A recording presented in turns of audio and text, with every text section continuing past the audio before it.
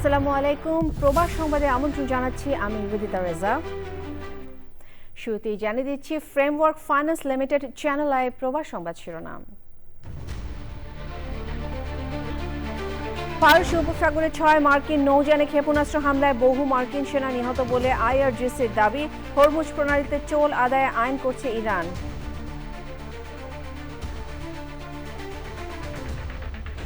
নেপালের সাবেক প্রধানমন্ত্রী কেপি শর্মা ওলি ও সাবেক স্বরাষ্ট্রমন্ত্রী রমেশ লেখক গ্রেফতার।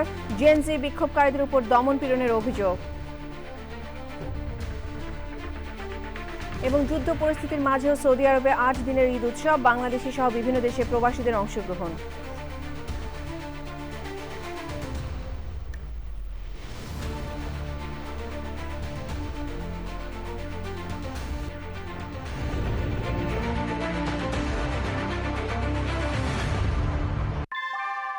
নিউ ইয়র্কে প্রবীণদের কাছে আস্থার নাম অল কাউন্টি হোম কেয়ার। এখানে পাচ্ছেন প্রিয়জনের যত্নে অভিজ্ঞ কেয়ার গিভার। কল করুন 646-444-2266।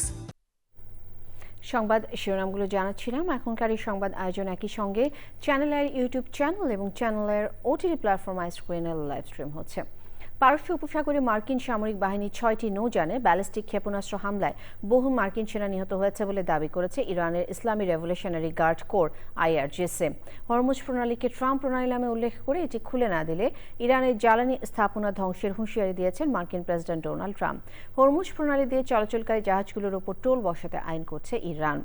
মধ্যপ্রাচ্যে নতুন আরও এক রণতরী পাঠাচ্ছে যুক্তরাষ্ট্র। সুদীপ মাহমুদের রিপোর্ট। ইরানের ওপর যুক্তরাষ্ট্র ইসরায়েলের চাপিয়ে দেওয়া যুদ্ধের 1 মাসের মাথায় পাল্টা হামলা জোরদার করেছে ইরানের ইসলামী বিপ্লবী গার্ড কোর আইআরজিসি। তাদের দাবি, অপারেশন ট্রু প্রমিস 4-এর অংশ হিসেবে ড্রোন ও ব্যালিস্টিক ক্ষেপণাস্ত্র দিয়ে পারস্য উপসাগরে 6টি মার্কিন নৌযান ধ্বংস করেছে তারা। কুয়েতের আল শুখ বন্দর এবং দুবাইয়ের উপকূলীয় এলাকায় এসব হামলায় জাহাজে অবস্থানরত বহু মার্কিন সেনা নিহত হয়েছে বলে জানিয়েছে আইআরজিসি। ওদিকে সৌদি আরবে প্রিন্স সুলতান বিমান ঘাঁটিতে ইরানের ক্ষেপণাস্ত্র হামলায় 12 মার্কিন সেনা আহত হওয়ার খবর জানিয়েছেন যুক্তরাষ্ট্রের এক সেনা কর্মকর্তা।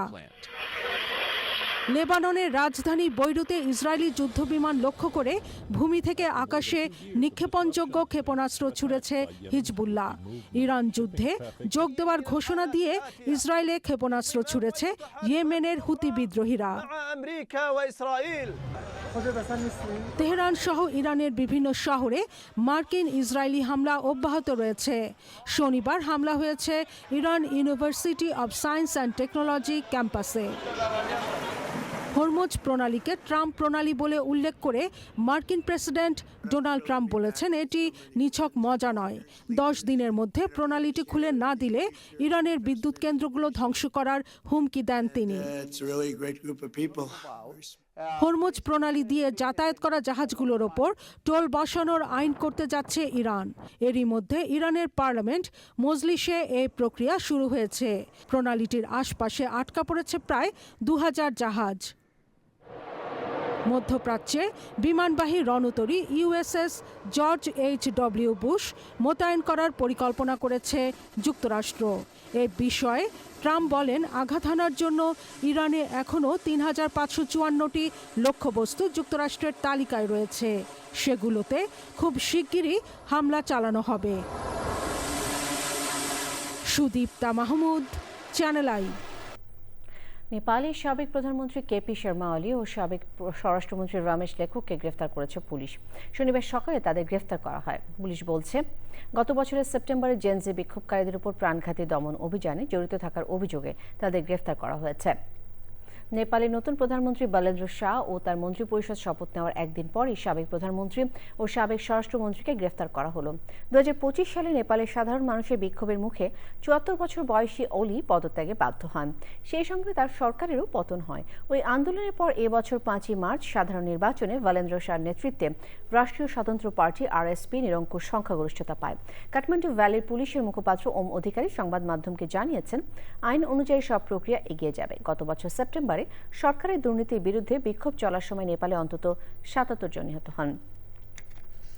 ওমানে টানা ভারী বৃষ্টিপাতে বন্যা দেখা দিয়েছে। মরু অঞ্চলগুলো প্লাবিত হয়ে জনজীবন বিপর্যস্ত হয়ে পড়েছে। এ পর্যন্ত অন্তত 5 জনের মৃত্যু হয়েছে। ওমান থেকে হাসিম চৌধুরী পাঠানো তথ্য, ভিডিওচিত্রে ইফতেখার উদ্দিনের রিপোর্ট। মরুর বুকে আচমকা বান। ওমানের বারকা এলাকায় একটি গাড়ি ওয়াদি পার হতে গিয়ে পানির স্রোতে ভেসে গেলে 10 জনের মধ্যে 7 জনকে উদ্ধার করা হয়। এর মধ্যে 3 জন মারা যায়। এছাড়া আল মাওয়াইল এলাকায় আরও 2 জন বন্যার পানিতে নিখোঁজ হয়ে যায়। পরবর্তীতে তাদের মৃত অবস্থায় উদ্ধার করা হয়। বন্যায় দেশটির বিভিন্ন জায়গার রাস্তাঘাট ডুবে গেছে।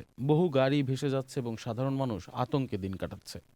উদ্ধারকারী দলগুলো নিরবচ্ছিন্নভাবে কাজ করে যাচ্ছে। এরই মাঝে ওমানে থাকা প্রবাসীরা মাছ ধরার কাজ করছেন।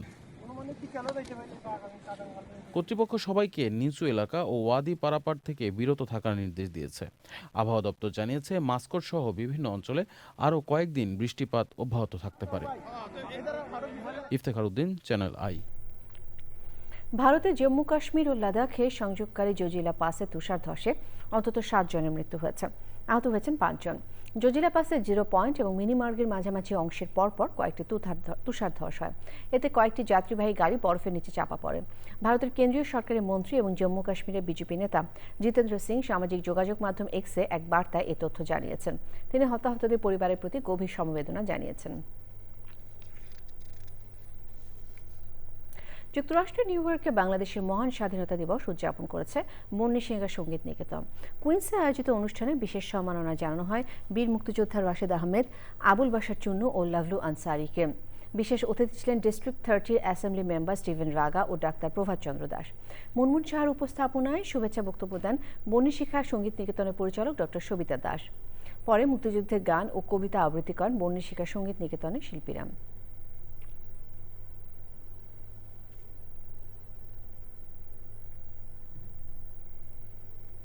জাতিসংঘের 81তম অধিবেশনের সভাপতি পদে নেপালের সমর্থন চেয়েছে বাংলাদেশ।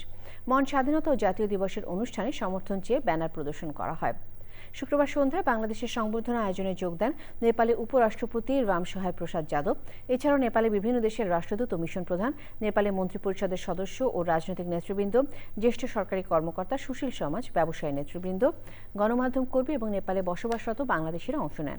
বক্তৃতায় রাষ্ট্রদূত মোহাম্মদ শফিকুর রহমান নেপালের নতুন প্রধানমন্ত্রী বালেন্দ্র শাহ সরকারকে অভিনন্দন জানান। তিনি আশা করেন তার আমলে দুদেশের সম্পর্ক নতুন উচ্চতায় পৌঁছাবে। বৈশ্বিক পরিস্থিতি উৎকণ্ঠার মধ্যেও সৌদি সংস্কৃতি মন্ত্রণালয়ের উদ্যোগে 8 দিনের ঈদ উৎসব উদযাপন করা হয়েছে। স্থানীয়দের পাশাপাশি উৎসবে যোগ দেন বাংলাদেশ সহ বিভিন্ন দেশের প্রবাসীরা। সৌদি আরব থেকে এম ওয়াই আলাউদ্দিনের রিপোর্ট।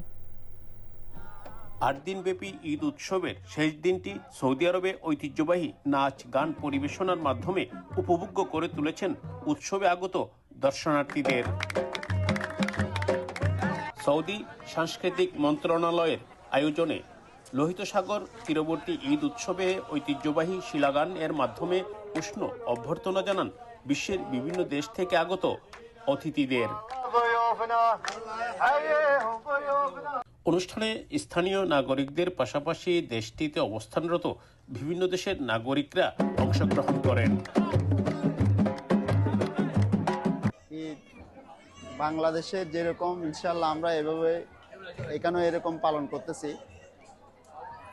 বোঝাই যায় না যে আমরা যে এই দেশে আছি। সৌদিতে ঈদ আমাদের ফ্যামিলি সবাইকে নিয়ে আমরা ঈদ উদযাপন করতেছি। আমার ফ্যামিলি সহ এখানে আসছি, আমার ছোট বোন সহ আসছি, বাচ্চাদেরকে নিয়ে আসলাম, সবাই এখানে যে ঈদের উদযাপন করতেছে। এছাড়া জেদ্দা বাংলাদেশ ইন্টারন্যাশনাল স্কুল শিক্ষার্থীদের অংশগ্রহণে আয়োজন করেন ব্যতিক্রম ধর্মী ঈদ উৎসব। স্কুল ম্যানেজিং কমিটির উদ্যোগে ঈদের গান, কবিতা আবৃত্তি, কুইজ প্রতিযোগিতার মাধ্যমে শিক্ষার্থী ও অভিভাবকদের মাঝে বিতরণ করা হয় বিভিন্ন উপহার। প্রবাসী এবং স্কুলের প্যারেন্টস সহকারে বাইরের সবাই আজকে অনুমতি পেয়েছে আজকে এই ঈদ পূর্ণমিলন অনুষ্ঠানে। অভিভাবকদের আর্থিক সহযোগিতায় এবং তাদের শ্রম ও মেধা দিয়ে এবং আমাদের স্কুলের নন টিচিং স্টাফরা তাদের শারীরিক শ্রম দিয়ে সবাই খুব আনন্দ উৎসবে পালন করছেন ঈদের আনন্দকে। এজন্য সৌদি আরবের সাংস্কৃতিক মন্ত্রণালয় নিয়েছে বিভিন্ন অনুষ্ঠানের। সৌদি আরবের জেদ্দা সাগরপাড় থেকে M Y Alauddin, channel I. একদিনের ব্যবধানে দেশের বাজারে স্বর্ণের দাম আবার বেড়েছে। প্রতি ভরিতে দাম বেড়েছে 2,157 টাকা। শুক্রবার দাম কমার পর আজ এক বিজ্ঞপ্তিতে নতুন দাম নির্ধারণ করেছে বাংলাদেশ জুয়েলার্স অ্যাসোসিয়েশন বা জুস। নতুন দাম অনুযায়ী 22 ক্যারেটের প্রতি ভরি স্বর্ণের দাম 2,37,012 টাকা, 21 ক্যারেট 2,26,282 টাকা এবং 18 ক্যারেটের প্রতি ভরির দাম 1,93,914 টাকা। স্কটল্যান্ডের রাজধানী এডিনবরায় স্কটিশ মূলধারার অনুষ্ঠানে মঞ্চস্থ হয়েছে থিসেল শ্যাপলা কালচারাল গ্রুপের নাটক এক অনিশ্চিত জীবন। অভিবাসন মেয়াদ শেষ হয়ে যাওয়ার পর একজন অনাবাসী বাংলাদেশি শ্রমিকের জীবন সংগ্রাম নিয়ে রচিত নাটকটি নির্দেশনা দেন ফখরুল ইসলাম, প্রযোজনায় ছিলেন পল জেমস গোমেজ।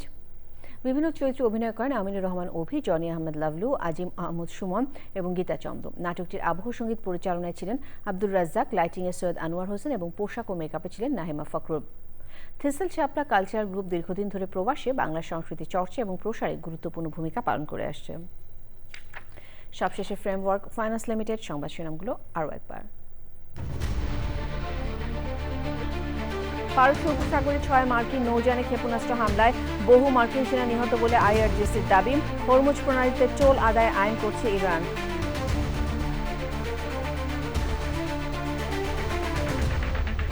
নেপালের সাবেক প্রধানমন্ত্রী কেপি শর্মা ওলি ও সাবেক স্বরাষ্ট্রমন্ত্রী রমেশ লেখক গ্রেফতার। জেনজি বিক্ষোভকারীদের উপর দমন পীড়নের অভিযোগ। এবং যুদ্ধ পরিস্থিতির মাঝেও সৌদি আরবে 8 দিনের ঈদ উৎসব, বাংলাদেশি সহ বিভিন্ন দেশের প্রবাসীদের অংশগ্রহণ।